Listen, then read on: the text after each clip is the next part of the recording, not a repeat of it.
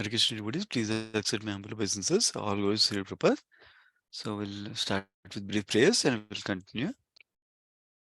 Om Ajnanitimirandasya Jnananjana Shalakaya Chakshurunmritam Yena Tasmai Shri Guruve Namaha Sri Chaitanya Manobishtam Stapitam Yena Bhutale Swayam Rupa Kadamahyam Dadati Swapadantikam Vandeham Sri Guru Sri Uttapadakamalam Sri Gurun Vaishnavamscha Sri Rupam Sagrajatam Sagana Raghunathanvitam Tam Sajivam Sadvaitam Savadutam Parijana Sahitam Krishna Chaitanya Devam Sri Radha Krishna Padan Sagana Lalita Sri Vishakhanvitamscha He Krishna Karuna Sindhu Dinabandho Jagatpate Gopesha Gopika Kanta Radha Kanta Namostute Tapta Kanchana Gaurangi Radhe Vrindavaneshwari Vrishabhanu Sute Devi Pranamami Hari Priye Vanchakalpatarubhyascha Kupasindubhyev cha Patitanam Pavanebhyo Vaishnavebhyo Namo Namaha Jai Shri Krishna Chaitanya Prabhu Nityananda Sri Advaita Gadadhara Sri Vasadi Gaura Bhakta Vrinda Hare Krishna Krishna Krishna Hare Hare Hare Ram Ram Ram Hare Hare Om Ajnanatimirandasya Shalakaya Chakshurmittam Yena Tasmai Shri Guru Namo Vishubhadaya Krishna Pestaya Bhutale Srimate Bhaktivedanta Swami Nitanamane Namaste Saraswati Deve Gauravani Pracharine Nirvisheshunivadi Pashadestarine. Okay, so we'll read this chapter is wonderful chapter, Bhagavata, 7th chapter we're in. Let me see my book. Okay. Okay, 7th chapter is a wonderful chapter. So there are many important verses in this chapter. That's why you've probably seen last week we were discussing third verse with Sundarachal Prabhu. Now this week we're discussing the 4th verse of the 7th chapter. So we can read the verse first, and I don't know if anybody would like to read the verse translation purport. I can read, Prabhuji. Sure, Mother. Yeah, please go ahead. Bhumir apo nalo vayuhu kammano buddhir evacha ahankara iti yamme bhinna prakritir ashtadha. Earth translation by Srila Prabhupada. Srila Prabhupada ki jai. Earth, water, fire, air, ether, mind, intelligence, and false ego. All together, these 8 constitute my separated material energies. Purport. The science of God analyzes the constitutional position of God and his diverse energies. Material nature is called Prakriti, or the energy of the Lord in his different Purusha incarnations, as described in the Narada Pancharatra, one of the Satvata Tantras. Vishnostu Trini Rupani Purushakhi Yani To Viduhu Ekam Tu Mahatar Shastre Dvitiyam Tvanda Samstitam Tritiyam Sarvabhutastam Tani Gnatva Vimuchyate. For material creation, Lord Krishna's plenary expansion assumes 3 Vishnus. The first one, Mahavishnu, creates the total material energy known as the Mahat Tattva. The second, Garbhodaka Shai Vishnu, enters into all the universes to create diversities in each of them. The third, Kshirodakshai Vishnu, is diffused as the all-pervading supersoul in all the universes and is known as Paramatma. He is present even within the atoms. Anyone who knows these three Vishnus can be liberated from material entanglement. This material world is a temporary manifestation of one of the energies of the Lord. All the activities of the material world are directed by these three Vishnus, expansions of Lord Krishna. These Puranas these Purushas are called incarnations. Generally, one who does not know the science of God, Krishna, assumes that this material world is for the enjoyment of the living entities and that the living entities are the Purushas, the causes, the controllers, and the enjoyers of the material energy. According to Bhagavad Gita, this atheistic conclusion is false. In the verse under discussion, it is stated that Krishna is the original cause of the material manifestation. Srimad Bhagavatam also confirms this. The ingredients of the material manifestation are separated energies of the Lord.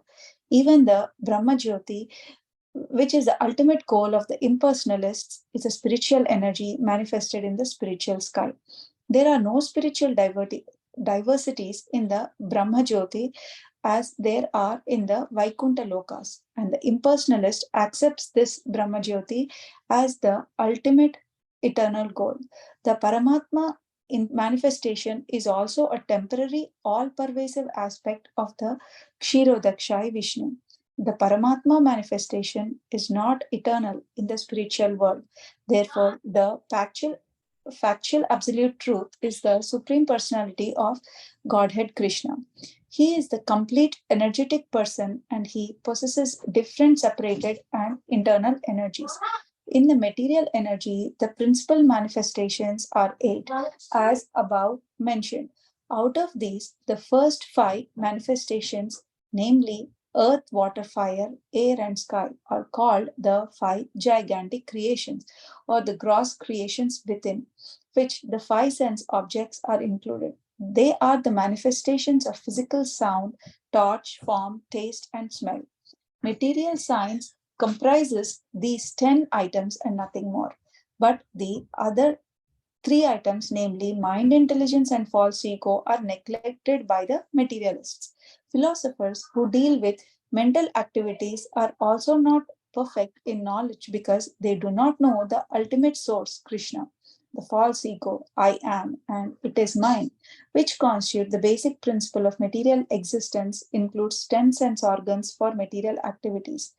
Intelligence refers to the total material creation called the Mahat Tattva. Therefore, from the eight separated energies of the Lord are manifest the 24 elements of the material world, which are the subject matter of Sankhya atheistic philosophy.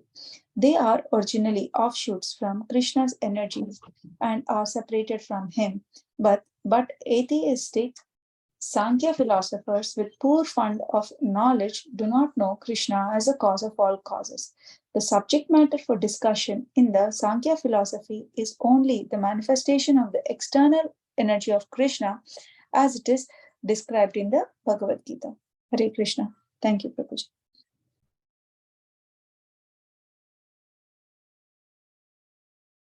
Yeah, thank you so much, Mate, for reading. So it's a nice verse. Basically, why is one of the 108 verses, right? We can discuss that. But before that, the context we are in the Bhagavad Gita, I think some of you may be new to this call also. So I'll explain some of the foundation also for this verse. Essentially, Bhagavad Gita has a total of 18 chapters, and we hear that it is divided into three sections logically. First six chapters are covering primarily Karma Yoga, and then second middle section 7 to 12 are covering the Bhakti Yoga, and then the last section from 13 to 18 chapters are covering the Gnana Yoga, broadly speaking. So at the end of the sixth chapter was titled or the essence of sixth chapter is the Ashtanga Yoga process. That was what is primarily described in the sixth chapter. But towards the end of the sixth chapter, last verse, Krishna describes that person who engages his mind in me, and then basically is referring to Bhakti Yoga, is a topmost yogi, like that he talks about. That's how we transition to the Bhakti Yoga section in the next chapter onwards. So until now, Krishna emphasized work in detachment primarily, but now he will start emphasizing working with attachment for Krishna also. Not only detachment for food results, but attachment for Krishna, like that. That's where the emphasis will change now, focusing from detachment to attachment also. So in that context, the first three verses, Krishna starts to describe, glorifies the knowledge, and he encourages Arjuna to listen to the transcendental knowledge, like that. And then right away in this verse is jumping into the knowledge of the how everything we see around us, in one sense, he is the source of them. So this whole section of verses, that is one of the main theme we'll see, which is that how Krishna is the source of everything that we see, both material and also everything we don't see also. Spiritual energies, some spiritual energy we see, we are part of spiritual energy. And then, so that understanding is giving this section of verses now. This will go on till 12th verses, 4 to 12 verses. The similar, the broad essence is that all the energies are coming from Krishna. Why is this important? We can discuss also. But before that, broadly, Krishna is the supreme personality of Godhead. So, our other term used is absolute truth. That means it's the source of everything we know, everything we don't even know also. Source of everything, basically. That means only such a person can be called as absolute truth. Not somebody who's in charge for only one area, like that. Somebody is in charge for air, somebody is in charge for fire. They're also great personalities, also Ishwaras or gods, but they're not the complete in charge, like that. That's one aspect we know. And second aspect is, from Bhagavad Gita and Srimad Bhagavatam, we come to know how Krishna is the source of everything, and everything manifested in this world is a combination of material energy and spiritual energy in broad terms.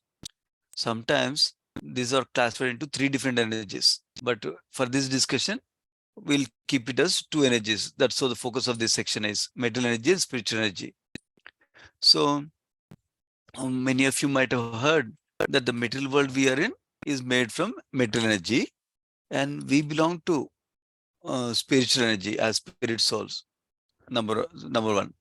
Another aspect is the spiritual energy is manifested fully in the spiritual world.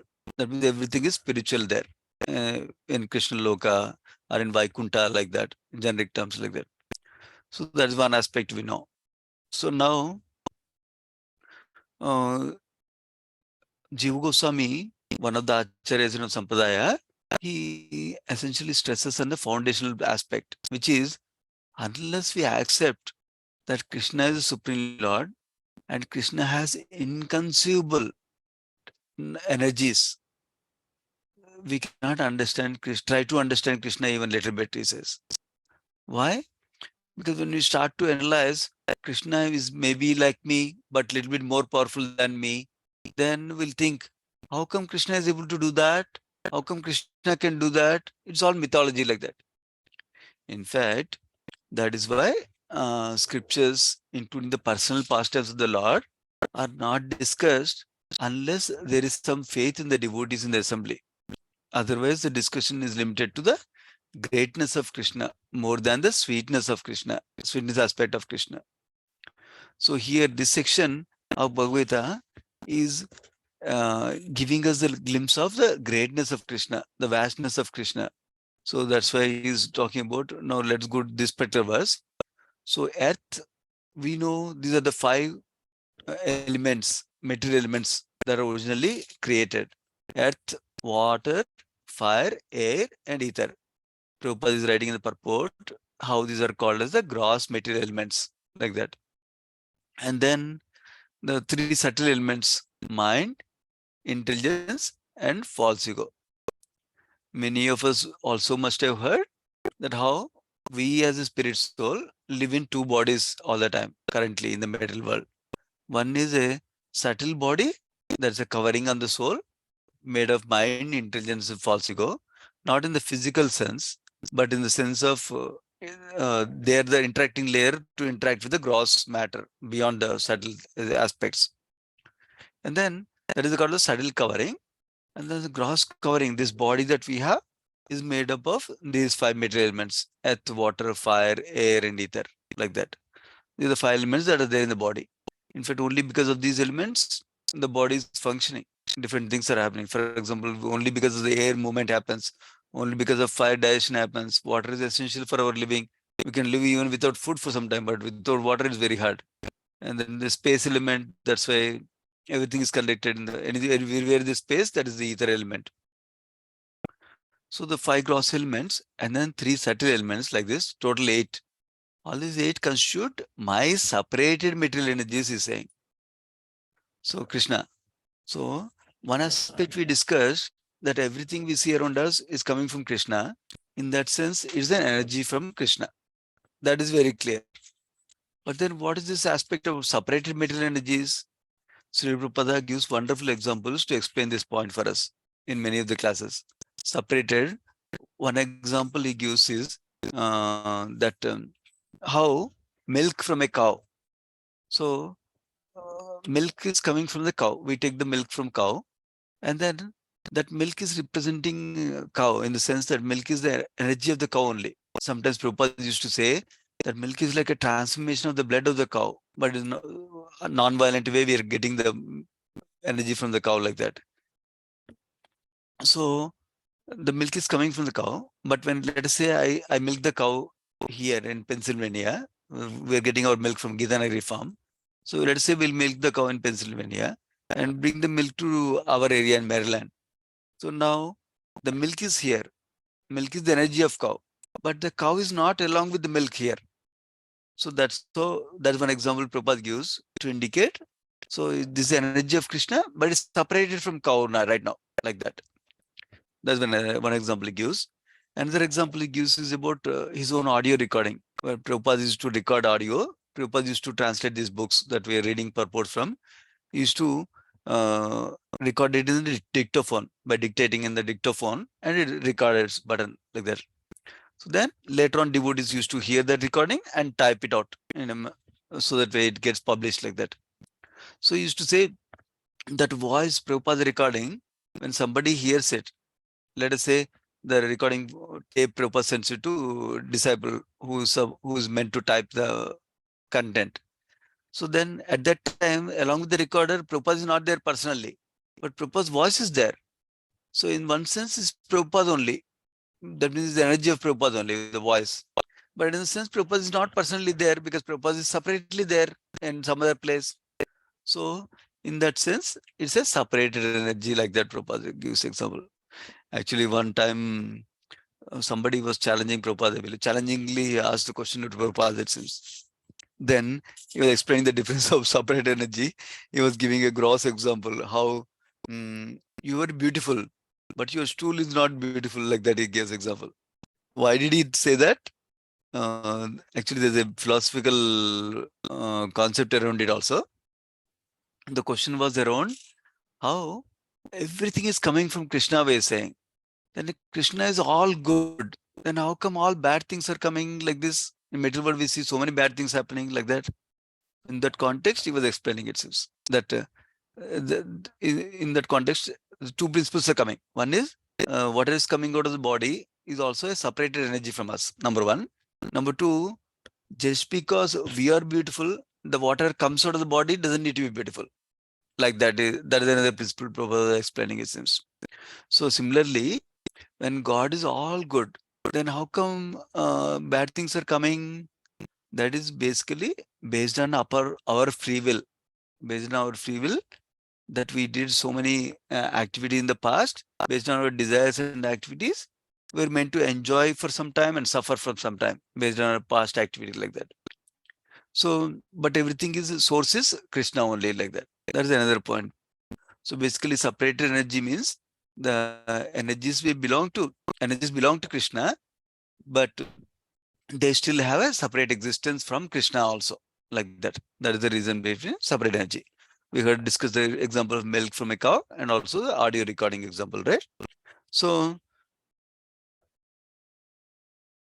and so that's one principle we discussed. Another principle we discussed is separate energy can have different nature like that. Meaning, Krishna is all good, but the energy coming out may be damaging for people also, like that. That's another we discuss. Another principle we know. Now, this whole material world is a temporary manifestation. of the material energy. So Krishna's energies broadly we discussed are material energy and spiritual energy. The next coming verses we talk about the spiritual energy. So this first we're focusing on material energy. So in one sense, whole material world is a temporary manifestation of the material energy. Sometimes material energy word is used also as Prakriti or material nature. Prabhupada is using in the purport. That's one aspect. Prabhupada is explaining how when the originally the creation happened, is describing the Purusha incarnations, Purusha avatars, which are Karnadoksha Vishnu, Garbhodaksha Vishnu, and Shirodaksha Vishnu. For those of you who are new to these terms, I'll briefly describe them. Prabhupada also described in the purport. Basically, we hear, many of you might have heard Mahavishnu term. So that is equivalent to Karnadoksha Vishnu. That's the term Prabhupada is using in this particular purport here. So basically, uh, I'm not going to the whole sequence of creation, but specifically focus on the Purusha Avataras portion. So Purusha Avataras, the Karnadoksha Vishnu, from his, he's lying down on the milk ocean, uh, not milk ocean, it's called Karna ocean. That's why it's called Karnodakasai Vishnu. Karna ocean, causal ocean, it's also called in English. Then from his pores, seed-like universes come out. And once they come out of the pores of the Mahavishnu's body, then they expand to bigger size universes. And then that Vishnu is called Karnasya Vishnu or Mahavishnu. He's one of the expansions of Krishna only. So then, once the universes are created, within each universe, he enters as an expansion called Garbhodaksha Vishnu. And then once he enters the universe, then he fills up the half of the universe with the Garbhodaka ocean. That is from the transcendental sweat of the Lord is described. And then he lies on the that Garbhodaka ocean. That's why it's called Garbhodaka Sai Vishnu and Ananta Shesha. And then from his navel comes Lord Brahma, like that. So essentially, the Mahavishnu does the initial creation of all the material elements, including the material elements we discussed in this verse. All the material elements he creates, the foundational elements he creates, the raw material he gives. Then when Brahma comes from his body, this is all elaborately discussed in Srimad Bhagavatam, but we're discussing briefly now in this context because Prabhupada is describing about them. So then from Garbhodaksha Vishnu's navel comes a lotus flower. And then from in the lotus flower, Lord Brahma comes, is born without having a mother like that. From Lord's body itself, transcendental body, he comes like that. That's why sometimes Lord Brahma is referred as Aja, unborn, like that. So then once he comes, Lord Brahma is given a duty of secondary creation. That means using the raw material that is given by the Lord, along with the blueprint that is given by the Lord, he is like an engineer. He assembles things like that. He gives bodies to living entities. He ensures the population is created like that. So that's the Garbhodaksha Vishnu. And then this Vishnu expands further as Kshirodaksha Vishnu, like here Prabhupada is describing. Sriraksa Vishnu is the one who is manifesting as Paramatma or Super Soul in everybody's heart. Every living entity's heart is there, number one. Number two, is also there as in every atom also. In fact, the reason all the things are maintaining structure in the body, in the world, matter maintains structure. How this table is staying in shape, this chair is shaping in shape, staying in shape, is because of the structure is maintained by presence of Super Soul, Kshirodaksha Vishnu. Super Soul has two different functions depending upon Super Soul existing in the matter. It maintains the function of keeping the structure intact like that.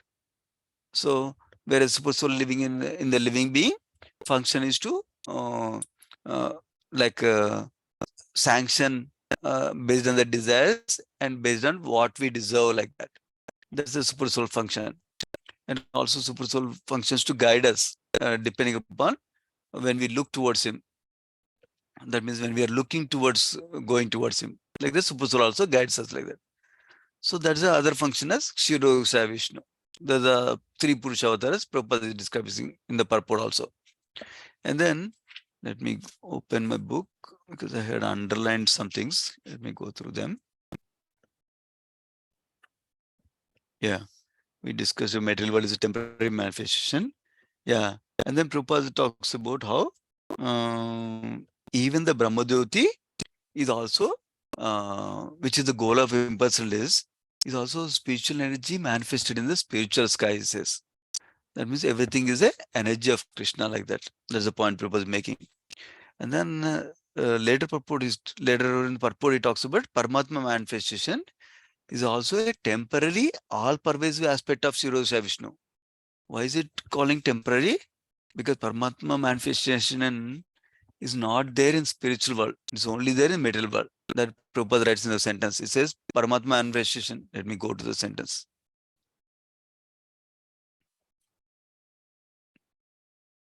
Here. Oh, where is the Paramatma manifestation?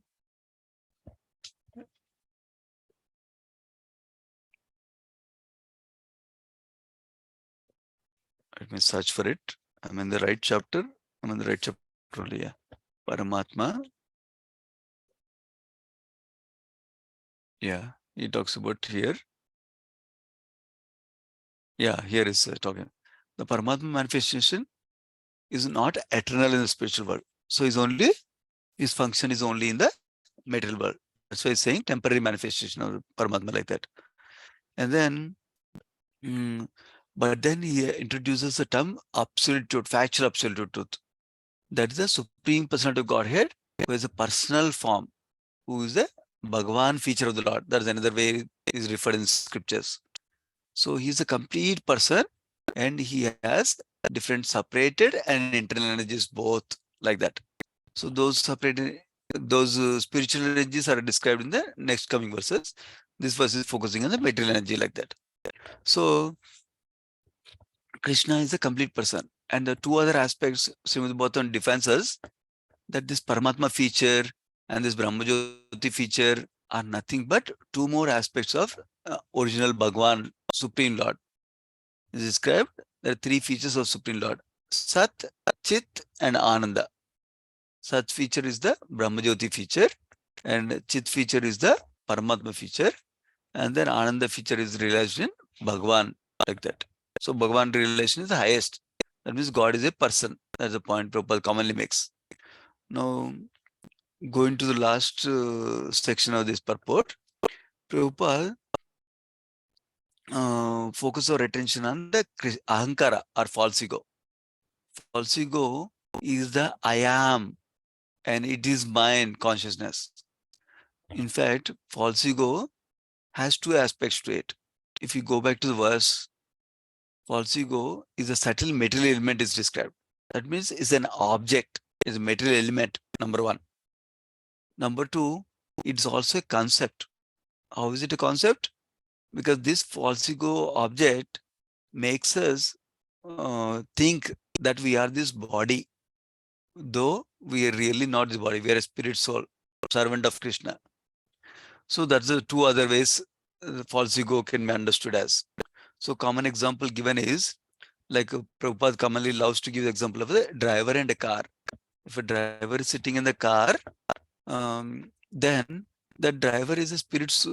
Uh, Driver is not the car. Driver is not equal to car. Driver is a separate identity. Car is a separate identity. That's one point Prabhupada make commonly. And then because of the driver being in the car, driver is operating the car is moving like that. Similarly, spirit soul is in the material body, and because of presence of spirit soul and because of the presence of consciousness, which is concatenated and which is always present with the soul, that's why that is making the body work. Like that Prabhupada commonly gives example.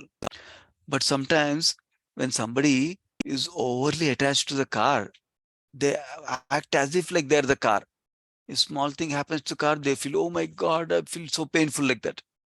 Similarly, that example Prabhupada commonly gives to explain us how we are suffering in this world because we are identifying with this body, even though we are spirit soul. That's why something happens to the body, we identify with it and suffer with that consequences, whatever is externally happening like that. So That's one more principle we can learn about ahankara. So the ahankara means forgetting that I'm a part and parcel of Krishna and servant of Krishna, and then thinking that I'm connected to this body and material nature. That means then with that causes the illusion like that. That is the portion about false ego. And Prabhupada also writes in the purport, last paragraph, that how material scientists don't know all the things. They don't focus even on the, many material scientists don't even focus on the subtle elements. They focus on the gross material elements only. Prabhupada writes they focus on the gross elements, that is earth, water, fire, and air and ether, and also the corresponding sense objects, which are the touch, form, sound, like that, all those things. They only focus on that. They're not even scratching the surface of even going to subtle matter also like that. Forget about spirit or soul aspects. Like that other point Prabhupada makes in the purport. So now, having discussed the essential aspects of this verse, so let's go into some more details in terms of how this is applicable for practicing devotees. How, what does it mean? Why do we care if it is all eight constitute? When Krishna is saying these, all these eight are constituting my separated middle energies, how does it matter to us as practicing devotees? That's important to understand. One is we need to understand that I am a spirit soul. I am not my mind. I am not my intelligence. That means because mind is a separate element, and soul, I am soul, separate element, separate, spiritual. So this understanding will help us to observe the mind, to potentially neglect the mind in certain circumstances as recommended by acharyas. But if we don't understand this, if there is a thought comes in the mind, if there's emotion comes in the mind, then we think I am that thought, I am that emotion. By the way, emotions originate from the soul, but they're exhibited through the mind and going to the gross senses like that. Commonly, His Grace Chaitanya Charan Prabhu describes the soul, mind, and body through an example he gives. He gives a computer example. How computer is a hardware that is like the body, gross material body, and then the software that is running on the computer is like the mind, he says, and then the user, we who operate in the computer, are like the soul, he says. That means in order to soul to interact with the body, it needs a mind. So through the mind, soul interacts with the senses like that. In the analogy, user interacts with the hardware. I cannot say CPU, you do this like that. I have to interact with the software, and software interacts with the hardware like that for the CPU to function like that. That's a common example he gives like that. So why I was telling you about is that emotions are the seat of all emotions is many times is referred as heart, which is ultimately Atma or soul actually. But the emotions are expressed to the mind like that. But if some thought comes, oh, I am the thought like that, then we'll get attached to the mind and we'll be absorbed in that material thoughts, and that's so we can get distracted from the spiritual journey. That's why it's important to understand how mind is a distinct material object and is separate from us as a spirit soul. When we understand that, when we're making our journey towards Krishna and this spiritual path, the mind is commonly compared to a slippery path. So where it will make us fall down, make us get distracted with some illusory attractions that will present to us like that. Oh, today instead of chanting, why don't we do this? That is more important right now, more urgent right now like that. So that's how mind tricks us. So that is when we understand that aspect, that functional aspect of the mind, more than the physical aspect of the mind. Some people ask the questions, oh, where exactly is mind? How does the mind look? More than that aspect, if we understand the functional aspect of mind, what does mind do? Then we'll be we can be careful about how not to get into the trap of the mind and fall down. And we can utilize the mind to do devotion service, to get absorbed in Krishna service like that. So that's the importance of knowing about the mind, for example. Meaning, we talked about one negative aspect so far, how mind can distract us from our path to some exit, distraction like that, right? That's one aspect we talked about. Then how do we focus on Krishna instead by practicing regular hearing, regular chanting. Like that, when you spend more time with Krishna and the process of bhakti, then we can be absorbed in more in Krishna. Then we can be automatically protected by the illusions created by the mind like that. How is that possible? Because by observing in Krishna and Krishna's service, few things are happening. At a lower level, at least uh, we are diverted towards Krishna service instead of doing some enjoyment like that at lower level. But at higher level, as our bhakti grows, actually we're getting spiritual strength, or we're getting higher satisfaction and bliss through bhakti. Through that, what happens as we progress in bhakti is that we get less attracted to the sense objects like that. Still some attraction is there, but less attracted. Number one. But even we further grow in bhakti even more like that, then what happens is we will not even be attracted.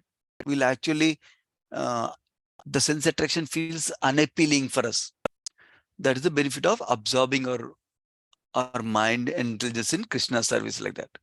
One of the best ways we have for that is by hearing Krishna Katha, and then by chanting the holy name, and by practicing to remember, bring back our mind to holy name whenever it goes away during the chanting like that. So that's another aspect. So by observing Krishna, we can be get away from the mind's illusions. That one principle we learned. And then uh, now after some time, remember we said after as we grow in bhakti, the mind's proposals becomes unappealing, so we don't get attracted to it. We don't take exit like that. We talked about that, right? Then we should not become complacent, saying that, oh, wow, I'm a great devotee now. I can take care of the mind, no problem. Then the moment we become little lax, little negligent in caution, in taking a cautious position towards the mind, then mind will immediately distract us and degrade our consciousness again. That's why we should be very careful. We should have an eye on our mind. We should observe our mind, and we should avoid distraction. Now how can that happen? When we are introspecting ourselves, number one, and when we take the wisdom of Gita like this, that tells us mind is separate from spirit soul like that, and how mind is a function of accept and reject like that. So when we understand those, then we can be clear. This coming from my mind, so I should be careful. And we can use our intelligence.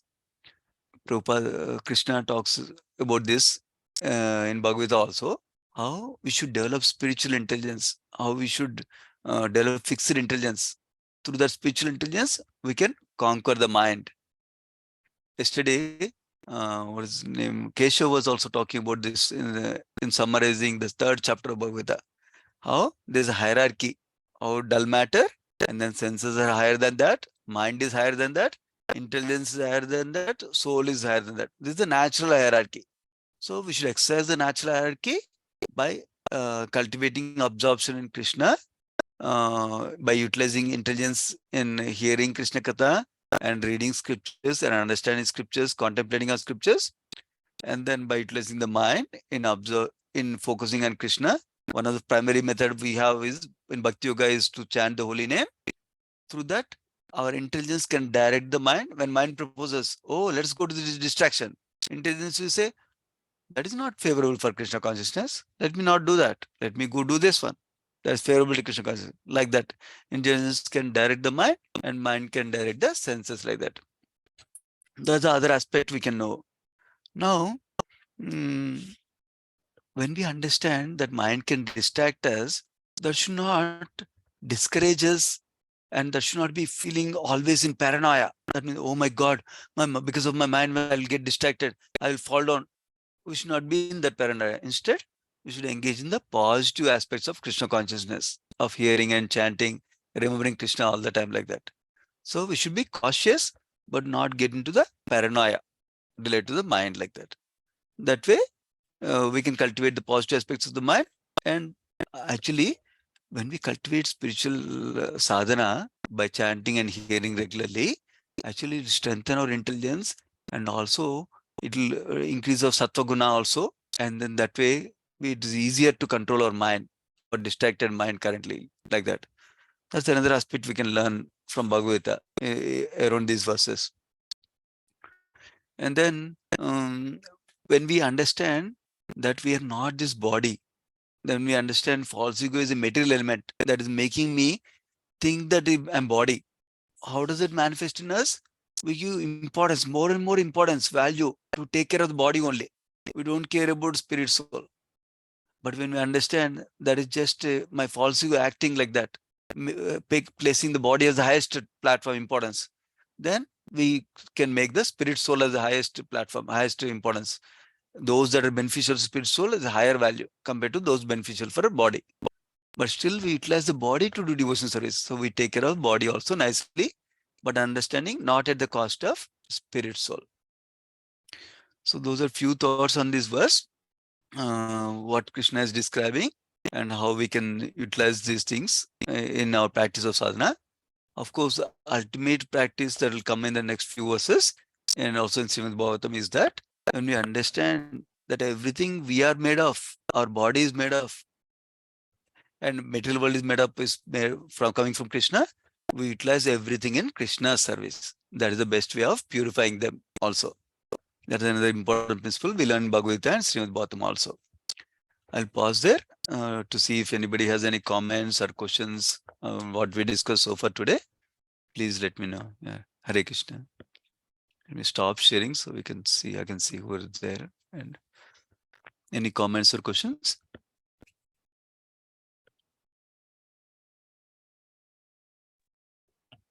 No? Hare Good. Krishna, Prabhuji. Thank you so much for the wonderful lecture, Prabhuji. So I had a question, Prabhuji. You mentioned about the feature, right? Sachidanand. Yeah. Soul is Sachidanand and we say Bhagwan is Sachidanand. But then you categorize like such as Brahma Jyoti, Chit is Paramatma and Anand is Bhagwan. Mhm. Right? Yeah. Can you elaborate on this? Because I was thinking Sachidanand is all eternal, all knowledgeable and all eternal, all knowledgeable, and all blissful, right? That is what Correct. the meaning I had for a Sachidanand, because soul is also Sachidanand, and it's part and parcel of Krishna, right? So, Correct. Prabhu, elaborate this more. How we Got it. recognize Yeah. that. Sure, Mate. Thank you, Mate. Nice question. Basically, Prabhupada elaborates in the initial chapter, introduction, and the first chapter of Bhagavad Gita, I believe, or second chapter of Bhagavad Gita also. These aspects. Basically, two points I'll mention broadly. One is how Krishna is Satchidananda and soul is also Satchidananda.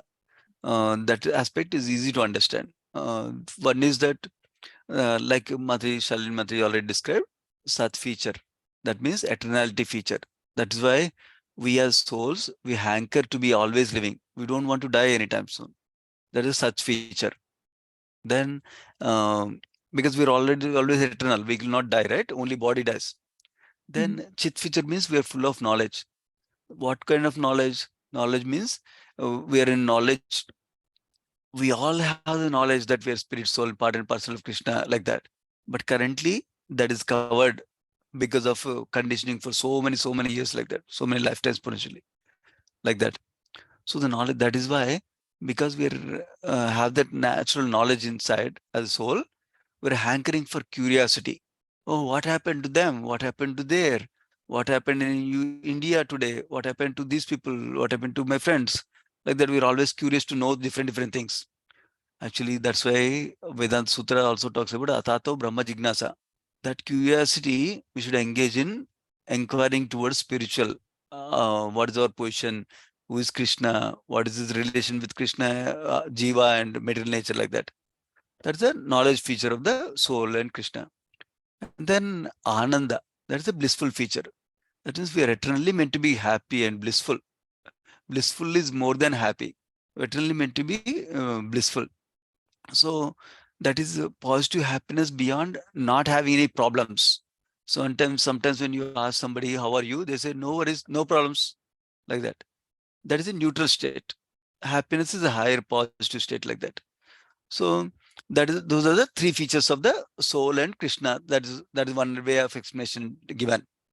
And Prabhupada also explains in Bhagavad Gita introduction and I believe second chapter also. The other feature is Supreme Lord has three features, like that. That means Like how we have a hand, we have a leg, like that, right? Similarly, Supreme Lord has three attributes towards him. One is, so somebody who knows Supreme Lord only up to Brahma Jyoti level is a preliminary student, Prabhupada writes. Prabhupada commonly gives an example, right? About sun, you might have heard. But for the benefit of her, others, I'll explain it. So basically, sun is giving sunshine. So when we see sunshine, we say, oh, sun has come. I'm not seeing the sun outside directly, but sun has come. So in one sense, sunshine is sun also and is separate from sun also, because sun is also separately there, like that. So sunshine is one aspect of sun. Similarly, somebody knows the sunshine is coming from the sun's surface, sun globe surface. So that student is little bit advanced in knowledge. He not only knows sunshine is sun, but he also knows sunshine is coming from sun surface. Then Prabhupada says the third advanced student is, he not only knows sunshine, he not only knows the sun surface is sunlight is coming from sun surface, but within the sun planet there is a sun god who because of him the sunlight is coming, like that. So that third student, advanced student, knows all these three aspects, like that. Now, compared to similar analogy, Krishna is the Swayam Bhagavan Krishna with personal feature of the Lord. He is like in the analogy is compared to the sun god, in the analogy only. Sun god is just servant of Krishna. Then sun surface is compared to like Paramatma feature. Student who understands sun surface is compared to like somebody who understands the Paramatma feature of the Lord only. Somebody who understands only sunshine, similarly, is compared to somebody who understands only Brahma Jyoti feature of the Lord. Remember, from Krishna, Brahma Jyoti is coming. So from the body of Krishna, the light emanates. Even spiritual planets emanate light in the spiritual world. So that Brahma Jyoti, that is the effulgence of the Lord. So that's how three features of the Lord are explained. Now, back to the Satchidananda feature, right? So somebody who understands only this Brahma Jyoti aspect of Krishna, he doesn't know about Paramatma, has not studied about Bhagavan yet, then they can understand only out of the three features of the Lord, they understood only Sat feature of the Lord, eternal feature of the Lord. How come? Because Brahma Jyoti is spread everywhere. In fact, in the whole of Brahma Jyoti, in the spiritual sky, there is one portion of the spiritual sky in Brahma Jyoti is covered by Mahatattva. And within that, whole material universe material creation is there. Within that, whole bunch of material universes are there. So Brahma Jyoti is spread everywhere. That is the eternal aspect of Brahma Jyoti. Eternal and all pervading aspect of Krishna. So that's why that's called Sat feature or eternal feature. And then next feature of Krishna is Paramatma feature. That Paramatma, somebody who realized Paramatma, has realized the Sat feature of the Lord also, that is Brahma Jyoti also, and the Chit feature of the Lord also, knowledge feature of the Lord also. So Paramatma, we know, is conscious not only like we as spirit soul are conscious of our body, Prabhupada writes in the second chapter of Bhagavad Gita. Whereas Paramatma is conscious of all bodies, like that. That means knowledge is vast. So that aspect of Paramatma, that Paramatma, somebody understands Paramatma, he understands every living being as Paramatma, every atom as Paramatma, like that. When they understand that, they understand the knowledge aspect of the Lord also is described like that. But when somebody understands the Bhagavan feature of the Lord with personal feature of the Lord, then they understand the blissful feature of the Lord also. Because Krishna is always engaging in blissful pastimes with his devotees, whether in spiritual world, also in the material world. In fact, one of the reasons Krishna descends, even though there's so many reasons given in Bhagavad Gita, one of the essential reasons Acharyas underscore is to give pleasure to devotees and for himself relish also. Akira Rasamrita Murti is called. He himself relishes the rasas with the living entities, like that. So that's why somebody who realizes the Bhagavan feature of the Lord realizes the Ananda feature of the Lord also, blissful feature of the Lord also. That's how the Sat, Chit and Ananda features are explained by Prabhupada in connection with Brahman, Paramatma and Bhagavan Mata. Yeah. Makes sense? Total sense. Thank you so much, Prabhuji. Welcome. And I also had one question about the Sakya Yoga, Prabhuji. It was described in the purport by Srila Prabhupada. So my understanding of Sakya was basically the analytical description of the body and the soul, right? Sankhya? Okay, good, good. Yeah. Okay. Thank you for bringing up. I wanted to cover that point also. Let me cover it. So basically, Sankhya, what it means is, like you described, is analysis. Analysis of what? Is primarily analysis of material elements like that. And if Sankhya is practiced properly, like Kapila Dev in third canto of Srimad Bhagavatam describes the Sankhya philosophy. That philosophy is devotional Sankhya. In that Sankhya philosophy, he not only analyzes the matter, but also distinction between matter and spirit soul. And then how, as a spirit soul, we need to engage in bhakti also. He takes it to that higher notch. But in this particular purport, Prabhupada is referring to Sankhya as analysis of material elements only. Okay. Generally, Srimad Bhagavatam talks about how when creation started, it started with Mahat Tattva, and then from that material modes were acting up, and then it became uh, from material modes interaction with the material nature, and mind, senses, sense objects, demigods, all are created like that, right? So in that creation, 24 material elements are given in Bhagavatam. So Prabhupada is talking about that aspect, how they're analyzing, oh, this element is sense object. We have 5 sense objects, we have 5 senses, mind, intelligence, false ego. That analysis is what Prabhupada is referring to here as Sankhya. Yeah. Make sense? Okay, so Prabhuji, so in this purport, the Sankhya Yoga is basically the material element that we are talking about. It's nothing to do with the analytical study of the body and the soul. The way it was, I think so. We read in the Bhagavad Gita, I think so, chapter 2. I think Yeah, correct, exactly. Yeah, yeah. but in chapter 239 verse or something, we read about this Sankhya Yoga, where Krishna is trying to give him an analytical description of the soul, just to bring Krishna to the point of, I think so, Buddhi Yoga, right? And Correct. Yeah, Buddhi Yoga, first foundational understanding is we are soul, right? Not body. So yeah, that's still Sankhya only. So this is the foundational portion Prabhupada is stressing here. That means here is saying 24 elements. Therefore, from the 8 separate energies of the Lord are manifest the 24 elements of material world, which are the subject matter of Sankhya philosophy. God. The Prabhupada is talking about the initial aspect of Sankhya. But Sankhya philosophy also includes the understanding of soul separate from matter also, like you were describing, yeah. But then he also says atheistic Sankhya philosophers do not know Krishna as the cause of all causes. They don't know where is this coming from. They only analyze material elements and stay there. But what is the use? They're not understanding who is the cause, and then what do we do to go beyond this material world like that? So in that context, Prabhupada is explaining that's only manifestation of external energy of Krishna like that. Material energy of Krishna. Thank you so Makes much. sense. Thank Welcome, Ate. Yeah, sure, Mate. Any other comments or questions, anyone? Prabhuji, I kind of followed, but I was a bit slow in picking up few things. Sure.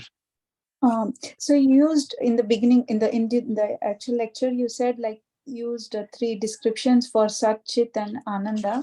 Can you repeat that? Like, Okay. Sat means eternal feature. That means eternal existence, like that. Chit feature means knowledge.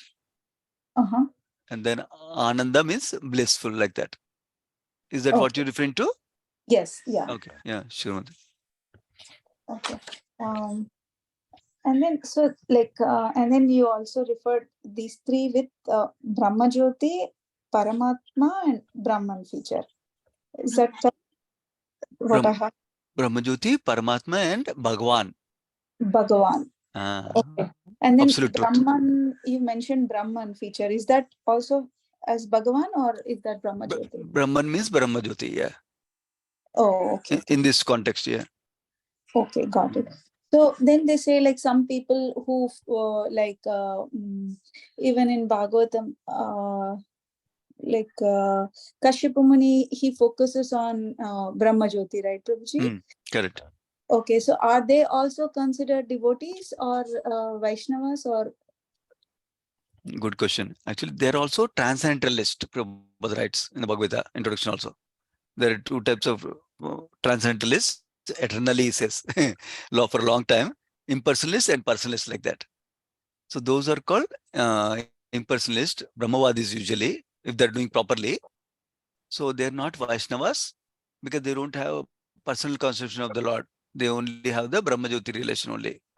If you remember in the third canto, 14th chapter that we're discussing in the afternoons with Telugu, so there's one of the purports, Sri Prabhupada writes, actually, this is the when Kashyap Muni yields to the desires of Diti to have union at the wrong time in the evening, then he writes, see, this is the difference between impersonalist and a personalist.